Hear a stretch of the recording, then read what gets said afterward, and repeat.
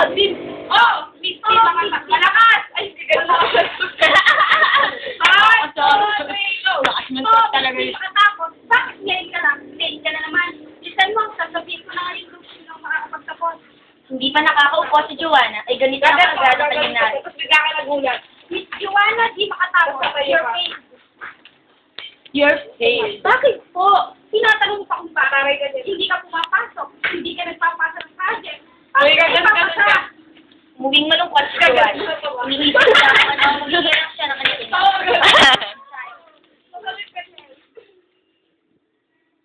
Uwi malungkot. Pag sinabi na uwi malungkot, sinasara na yung kurtina. Bahay na! Sa bahay naman. Bahay. Ay, wala. Sa bahay. Buwan na ng Marso. Sabik na si Aling Mercedes naman. Inaayos ko yung ano yung balik. May damit naman sa likod mo. Anak! Nakita mo na ba ang pinakahipong bisita? Opo. Inay. Opo! Inay! Parang may napansin ako sa kwarto ko. Ang tagal nila na. Para saan ba yun, Inay? Anak, ngayong buwan na ito, sabi mo magtatapos ka na. Nagulat si Joanna sa kanyang nari. Kumakain ka. Wait lang! Mali ang sinabi ka.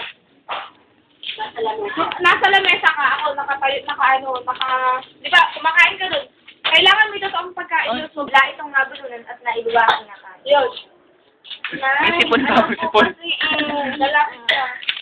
Hindi ko ako gagraduate. Nalungkot. Nalungkot na nari si Aling Mercedes. Ngunit hindi pa rin ito nawalan ng pag-asa. Walang Marsong darating. Hindi may susunod na niya ang pinagpapang puti sa kanya. Sarado to sa eskwelahan.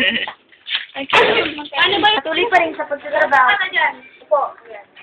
Dahil yun, nakapay. Ano, narrator? Patuloy pa rin sa pagtatrabaho si Aling Mercedes para sa kanyang anak ng Joanna. Ngunit wala pa rin itong pagbabago. Okay. Okay. Mamaya na nga. Ano ka na dyan eh. Don't forget to write your first number, okay?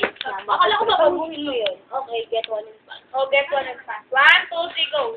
Okay. Ay, nasan yung get one and pass mo? Ayun na. Patuloy, ano, tanong natin sa isa-isa.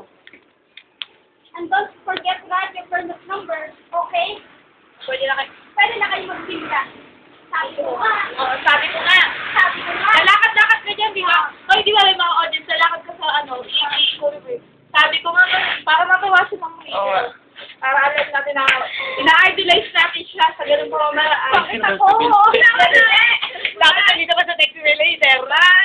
Mama, ako. Lalakad ka na siya. Sabi ko nga. Gumagala talaga ulo. But the moment I caught But the you. moment that ikaw sasasabihin. Gumagala, binibigay yung perfect natin. Pero, nakatawa-tawa yung ka. Parang na yung kapit na yun. Sabi ko ba? Hindi, parang ganun siya. Hindi na lakad sinunod. 1, 2, lumalakad na lakad. Lumalakad na gano'n. Nabilagangan mo, tapos babalik na naman. Mabukas si Mateo. 1, 2, 3.